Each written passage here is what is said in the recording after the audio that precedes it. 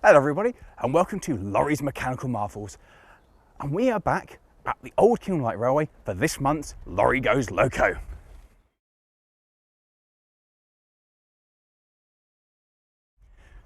Before we go and have a look at this month's locomotive, if I can ask all you guys to just give this video a like, subscribe if you haven't already, and please get involved, leave us a comment, tell us what kind of locos you want to see, what you want me to try and drive, and share this video with other people you know who might enjoy this kind of thing, because then we can do more things, more locomotives, and bring you more content. So with that said, let's go find today's locomotive. Today we're looking at something relatively modern, which is these three Hunselts, and they were built in 1971, which for my taste in locomotives is exceptionally modern.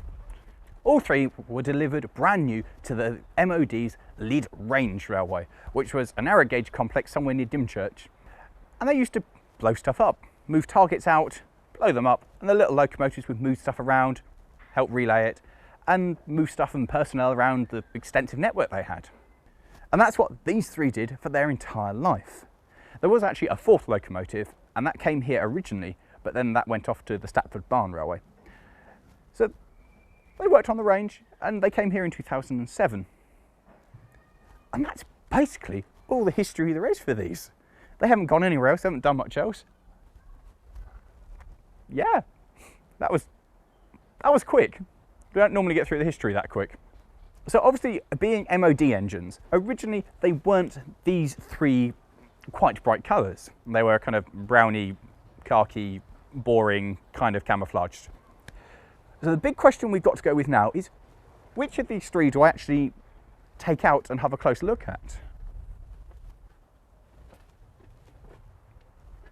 I do like blue vehicles. And it is kind of convenient because it's on the end. But I do like blue vehicles. We're taking Champion.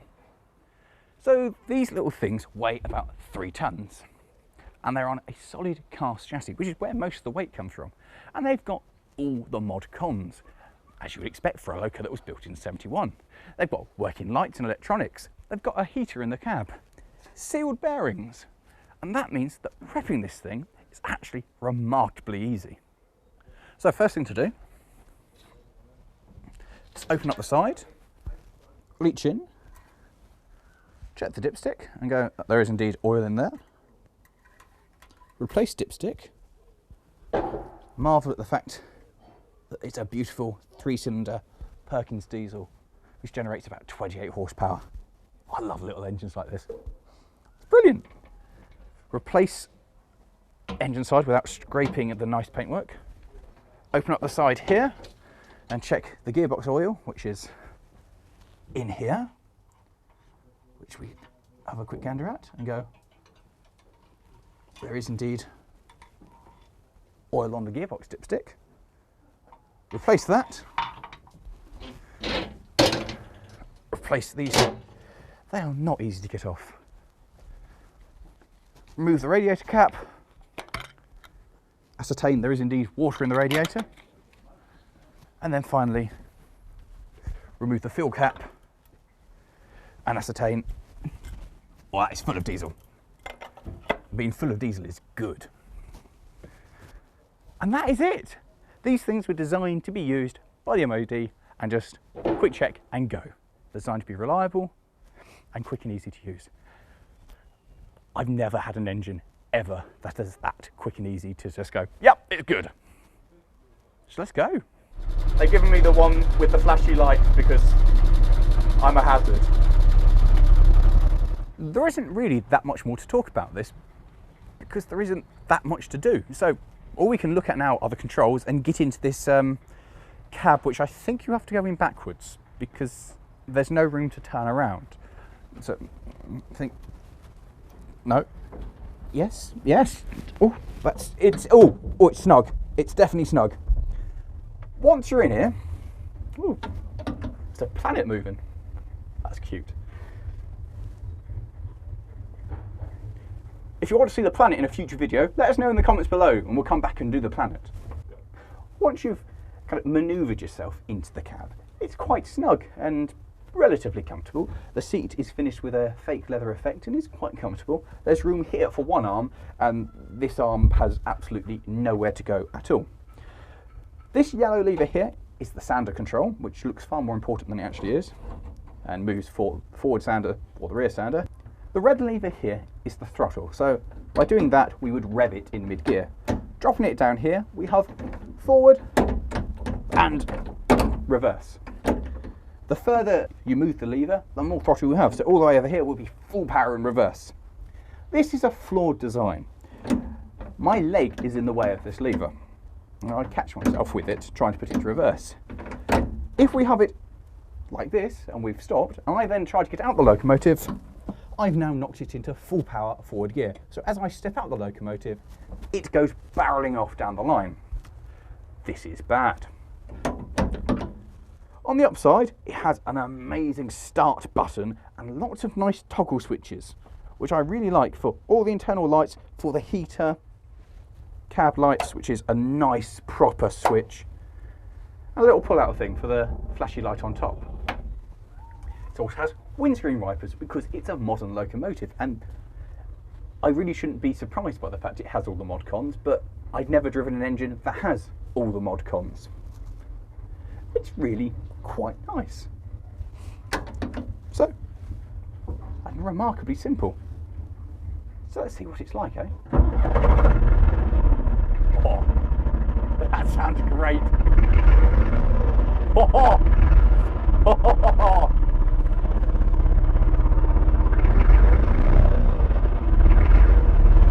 And finally, the last control is the brake. Foot release there, pick it up, wait for it to click, and the brake is off. Into reverse, release the brake, and away we go. Put the engine counter on as well. Oh, it's lovely! Oh, the throttle control is so good.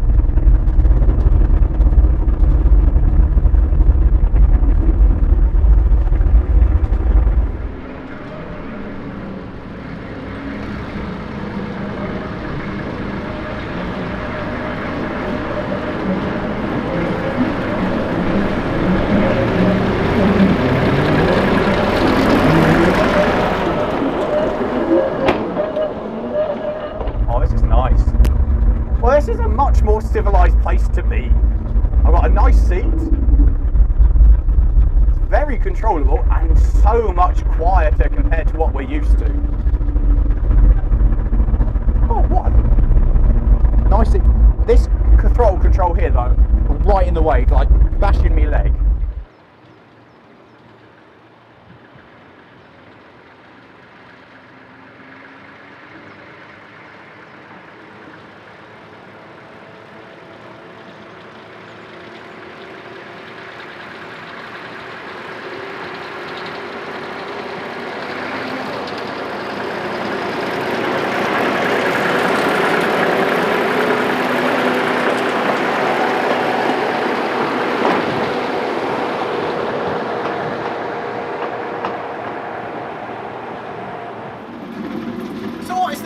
Like to drive. Oh, it's really easy. The throttle is so sensitive and lovely. Just a really, really smooth action. It's really, really good. It's quite comfortable, and the sound deadening in here is really good. It's far more quiet and far more civilised than anything else I've ever driven on the narrow gauge. The brakes are super good as well. Putting the handbrake on stops you straight away, and because it's a hydraulic drive, you just bring it on and doesn't have to drop the throttle right up.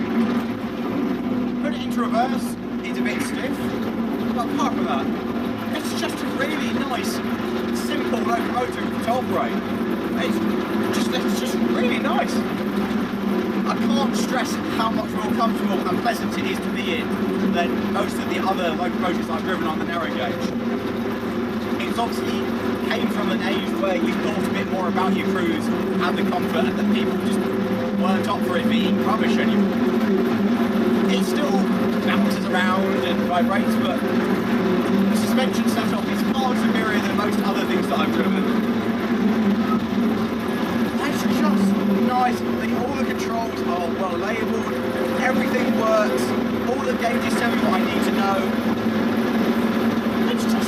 pleasant place to be. It's a really well thought out, good little locomotive. And that's what it is. It's a really good little locomotive. It's just, it's so pleasant to drive. There's enough exhaust noise to make it sound pleasant, give you a bit of excitement. It's just so easy. It does just what you want it to do. If you want it to just ease up on something ever so gently, no problem. The creep speed is just a creep. And then just riding the brake slightly means you can just ease up to things so easily. And then, if you want to go, throttle away and it rockets off. It is a superb little loco. There's not much more to say about it. It's just really good. Apart from the fact that I don't like where the throttle is because I keep hitting it with my knee. It's really good. But on the other hand, it is so much younger than most other things that I drive. And so I would expect things to have moved on that far. And for it to be that much better, because it should be that much better, because it's that much younger. Things moved on, designs moved on, people should have upgraded their designs. So, it's quite wonderful really. I've got no real complaints about this. I rather like it. But we knew that was going to happen anyway, didn't we? We knew I'd rather like it. I want to go for another ride. That's great.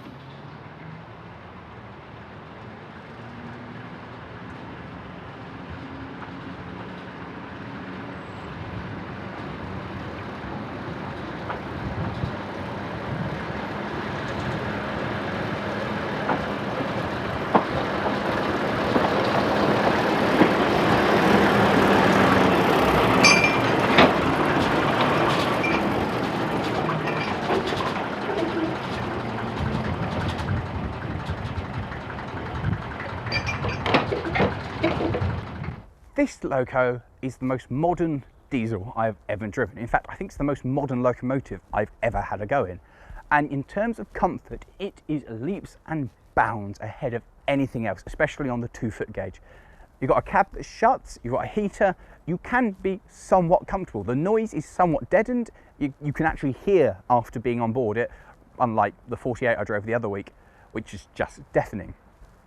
And to be fair, it handles nicely, it drives nicely. It's quite a nice little locomotive. It's almost too nice and a bit too good. It lacks a soul of some of the older machines that we have, which you kind of almost have to fight with, whereas this just complies. It's a bit too modern for my taste, and I think that's the end of it. But I have rather enjoyed driving it, and I wouldn't say no to having one, because it's a good fun little thing.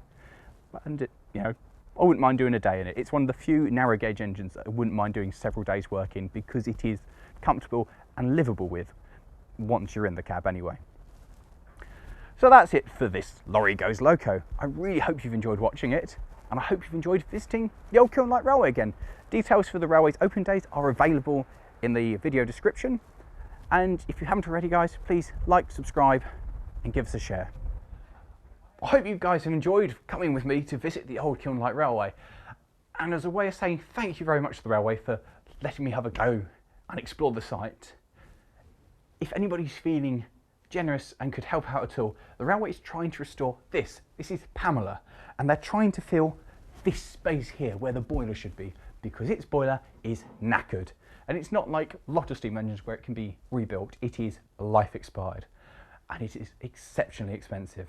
And so the railway would be so very grateful if anybody would click the link that I've just put down here, and it's in the description as well, and just give a little bit to help try and make this lovely locomotive run again, because then I can review it, and that would be great. And also it is very nice. If you've enjoyed this visit to the Old Kiln Light Railway, click up here for the other locomotive I reviewed here. And if you're enjoying the narrow gauge action, how about clicking down here for the locomotive I reviewed at the Great Bush Railway. Ta-ra, guys. Oh God, silly design of cab engines.